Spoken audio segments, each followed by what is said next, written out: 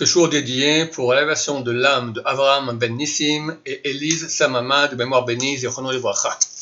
Nous continuons une série de cours sur quelques nouveautés explicatives sur la Gada de Pessah.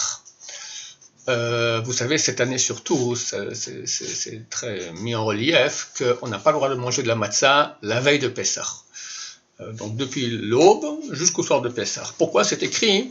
Pour que lorsqu'on va manger le soir de Pessah la matzah, que ce soit nouveau.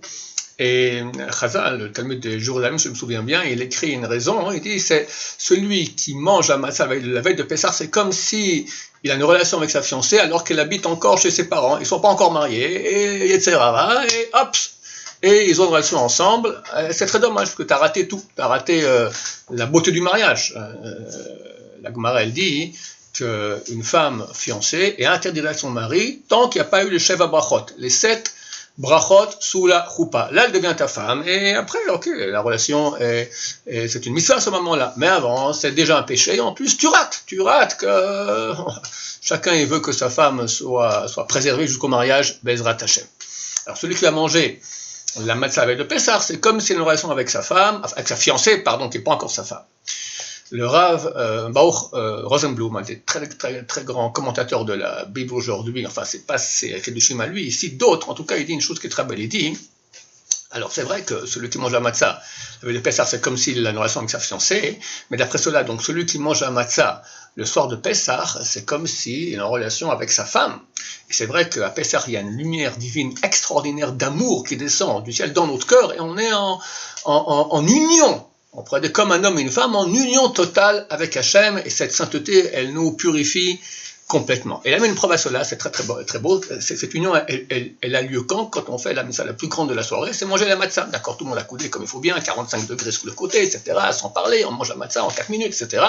À ce moment-là, il y a cette union extraordinaire, toute la soirée, mais c'est le moment culminant de cette union-là. Or, il dit, regarde, si tu fais le compte, le nombre de brachot, le nombre de bénédictions qu'on a fait avant de manger la matzah, il est au nombre de 7, exactement comme la mariée. T'as le geffen du kiddush, le kiddush, shechianu.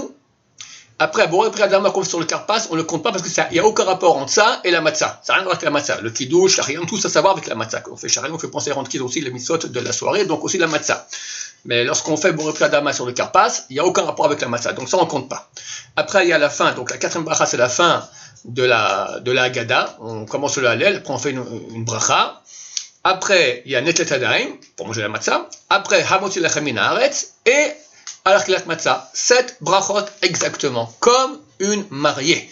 Quand on mange la matzah, auparavant on a fait les 7 brachot, elle devient notre femme et on s'unit avec Hachem. Auparavant, c'est comme si on a une relation à Dieu notre Père avec notre fiancée quand elle est encore dans la maison de son beau-père. Un autre petit kédouche très sympathique que dit le Ben Ishraï en se basant sur les paroles du Rav Chida. Le Rav Chida dit que le roi Salomon, enfin il cite un midrash dans son livre Chomat Tanakh, et il dit là-bas que le roi Salomon c'est donc le plus sage de tous les hommes qu'il y a eu sur terre, d'accord? Il a demandé à son bijoutier de lui faire une bague sur laquelle il inscrirait toute la sagesse du roi Salomon. L'orfèvre, d'accord, le bijoutier, il savait qui était le roi Salomon, il dit, mais comment je peux sur une bague graver toute votre sagesse, d'accord, c'est impossible, il faut des milliers de livres, d'accord, aujourd'hui on est les logiciels, on peut mettre beaucoup d'informations dans des petites puces. À l'époque il n'y avait pas, je ne sais pas si on pourrait mettre toutes les informations que connaissait le roi Salomon, il connaissait le langage des palmiers, le langage des anges, le langage des oiseaux, énorme, le plus sage de tous les hommes qu'il y a eu sur terre. Alors comment mettre à l'époque sur une bague toute la sagesse du roi Salomon? Autrement dit, non, toute ma sagesse, tu peux la résumer en 3 mots. Gam, ze, ya'avor. Ça aussi, ça passera. Ça aussi, ça passera. Ça veut dire quoi? Il dit, regarde, aujourd'hui, je suis roi.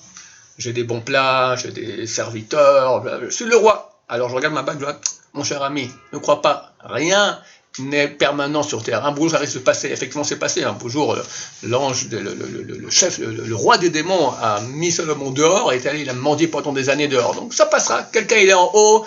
Mon ami, ne te prends pas au sérieux. Sois pas orgueilleux. Sache qu'on n'est rien du tout. En une seconde, on a vu des gens qui étaient super, sont tombés au fin fond du bas. D'accord? Terminé. Et quand au contraire, ça va pas, t'es mendiant, ça va pas, regarde ta bague, ça aussi ça passera. Un beau jour, il y a des bas, il y a des hauts. Toute la sagesse du roi Salomon, elle est dans ces 3 mots. C'est une très grande sagesse. C'est vraiment celui qui vit comme ça, il sera toujours heureux. Le Rav, le Ben Ishraï, dit, ça on peut le voir aussi le soir du Pessah. Pourquoi? 2 fois on trempe un aliment dans du liquide. Une fois au karpas, on prend le karpas dans l'eau salée. Une fois dans le maror, on trempe le maror dans la charoset. Il dit c'est exactement pour expliquer cela. Le karpas, il est doux. Quand tu le manges, ça a un bon goût. Tu le mets dans l'eau salée. Mon cher ami, tu es dans le bon goût, tu es roi, tu es millionnaire, tout va très bien. Attention, mets dans l'eau salée parce que tout peut passer. Comprends, rappelle-toi que c'est pas, rien n'est permanent ici sur terre. Et quand ça va pas, le maror, c'est amer, trempe-le dans la charoset, disons, ok, c'est un mauvais passage, c'est amer, mais après ça sera doux comme la charoset. Que Dieu nous aide à vivre ces choses-là vraiment et à avoir toujours de la joie, car tout est passager. Une seule chose compte, ce qui est permanent, ce qui est éternel, c'est le service de Dieu. Baruch Adonai, l'olam, amen va amen.